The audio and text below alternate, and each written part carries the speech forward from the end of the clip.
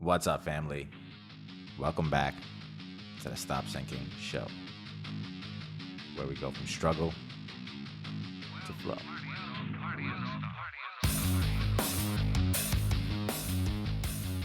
This episode is gonna be metaphor heavy.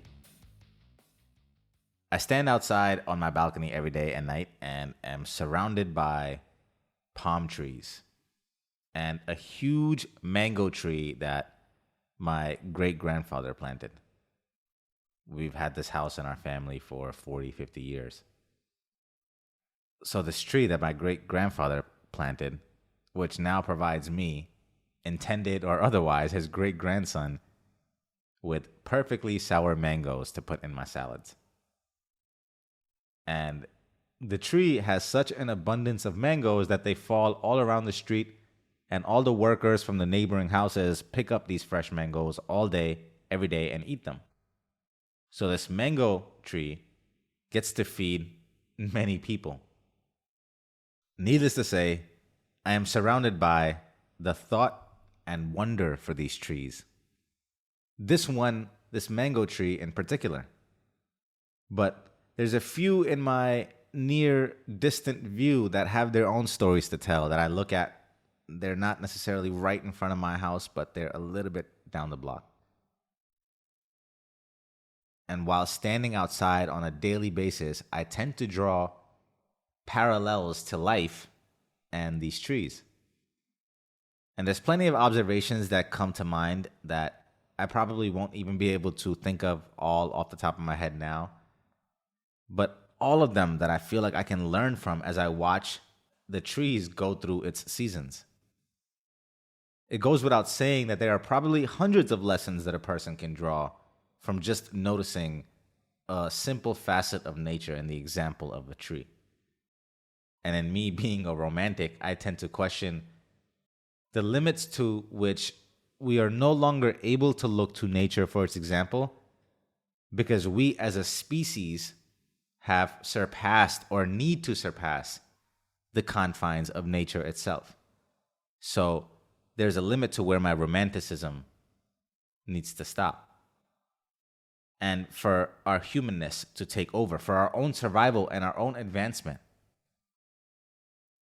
What made me really want to think about this out loud and to process it with you guys is something that I read the other day that said something along the lines of, in Western culture, we believe we must be alive for a purpose. To work, to make money, to add value. You know, the fundamentals of everything, I believe, probably. It goes on to say that in some indigenous cultures, they believe that we are alive just as nature is alive. To be here, to be strange, to exist, to be beautiful. We don't need to achieve anything to be valid in our humanness. Now, this is what I mean by where I believe there are limits to which we can or should apply the lessons of nature to our literal selves. Because even as a romantic who wants to draw on the metaphorical beauty of nature as a source of wisdom, I cannot help but feel resistance to the idea that we are just meant to exist and to be beautiful and to be at peace and to stand through time like a pillar. When I think of these, the philosophies of extreme present moment awareness for relief of the burden of past and future come to mind. So I can understand, as someone who has had to rely on meditation and these practices for sanity throughout the course of my life, and more so in the last year, I don't discount the value that these add, these lessons from nature, the enduring through time by being present. But I think the advancement of our human species, or better said, the experience of being human itself, is not meant to be a fully Zen state. It's meant to be one in tension, in pursuit, in friction, in becoming, always on a journey of becoming, in all senses. And there's a slight bit of tension between becoming and being. One naturally brings into its folds the pathways to the future, while the other maintains itself in the now. And both are beautiful and necessary. I just don't think as humans, we get to as neatly pick just one. We cannot choose to be just at peace in lieu of progress, because eventually the lack of progress will erode our peace. Our minds don't allow for us to treat each season of life as the same ones in the past. We are meant to progressively get better and become more equipped with each passing season and each passing year to be able to contribute more to our humanness than what would be expected of a tree and nature. And again, as much as the romantic I want to be, to believe that we get to have it as easy as the tree just to withstand, the fact is we can only draw on nature for inspiration, but not direction, because we are not trying to become like nature. Our goal isn't to be a tree. We have the ability to move.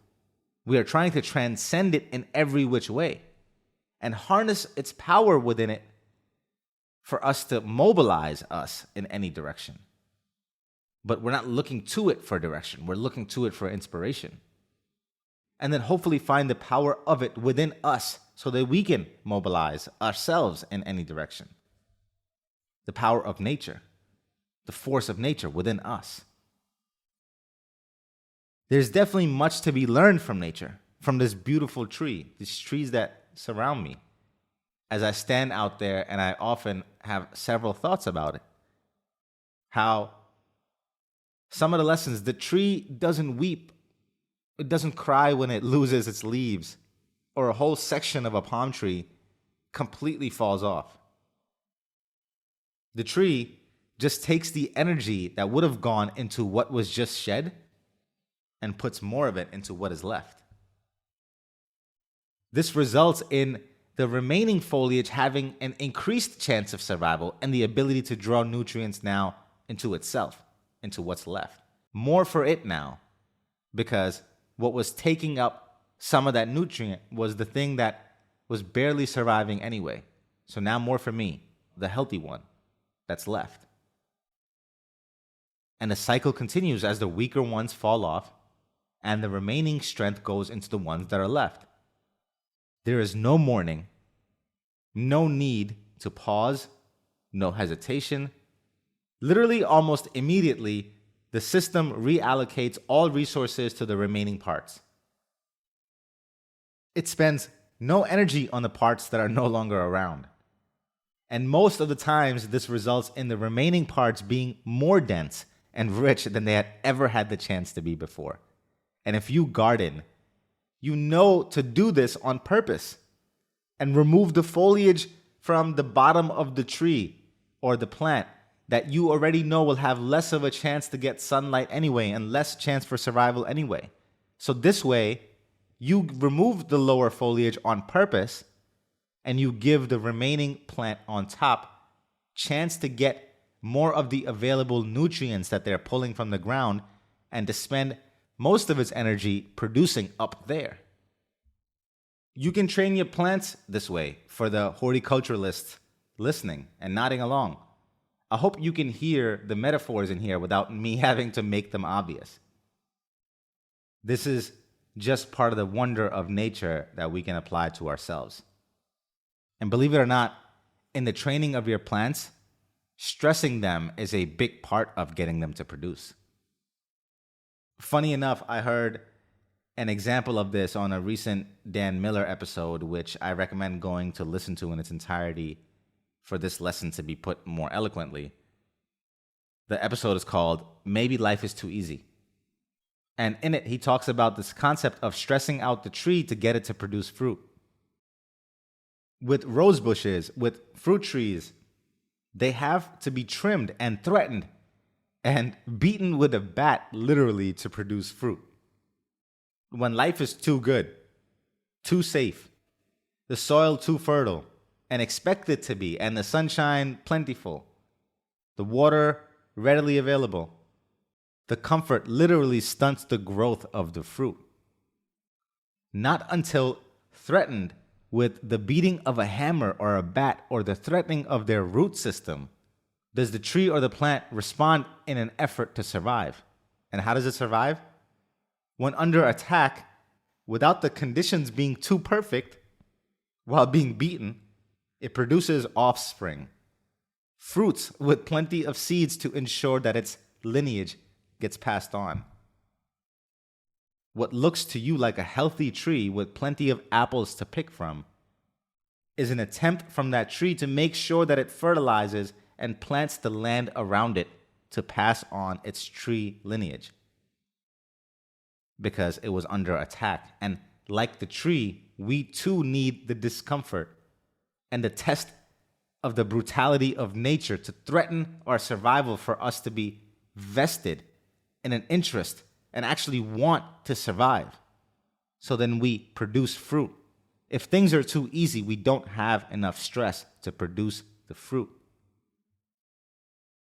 We have no need to. The conditions are too optimal for optimal growth. And that's counterintuitive. And if we don't realize that, we don't even catch it. We're too busy trying to create perfect circumstances around us. But that's not what makes nature thrive. That's not what gives it a reason to survive. What makes nature durable is the windstorms and the threat to its survival, not perfect conditions and sunlight and optimal nutrition. No, the root system only grows when it has to go searching for what isn't readily available around it. If you give it too much water, it doesn't have a need to go searching for it. And that means it has a weaker root system. And when it has to go searching, that makes it stronger, deeper, and more likely to last through generations to feed your grandson. So neither does the tree weep its losses, and rather it becomes strong from them and invites the challenge of nature, which only helps it become more beautiful. And to us, be in its most productive form, which is to bear fruit. And so maybe the only job of the tree is to ensure its survival. And there's so much we can learn from the excellence it brings to just doing that. But I don't think as humans our role stops there. At least that's not my true north. If all I've done is survived, provided for my 4 or 5 people in my immediate family, and not able to impact anything further, then to me I've lived a selfish existence. I do believe as humans that our imperative is to accomplish something. I don't believe we're just like nature. I do believe we're here to achieve something. I don't think it's enough for us to just exist and be beautifully strange. I think if that's all we did, then we missed the point of our shared existence in this humanity, which I truly believe we're all sent here to solve something for each other in some way. To leave behind something that eases, enhances, or facilitates something that would not have existed without your own unique twist. To me, achievement is the pinnacle of humanity. And quite honestly, pursuit is the only thing that regulates our neurotransmitters. Good luck trying to feel good without anything to have to pursue, without anything to have to go after. Even in the utmost state of being, the pinnacle of nirvana, of enlightenment, where you can maintain a presence of being instead of doing, instead of being focused on achieving and accomplishing, my belief is that pursuit never stops there either. My belief is not that pursuit ever stops there or doing ever stops there. My belief is that enlightenment is such that the gap between wanting and having and doing and being is shrunk down to such a small degree that it's not even noticeable. And that it's not that we ever stop wanting, but in enlightenment, as soon as we want, we have. because there's no longer the gap that we ourselves used to maintain. And when we are to accomplish and do, we easily and quickly return to a state of being because the doing is effortless and not restricted from our own blockages.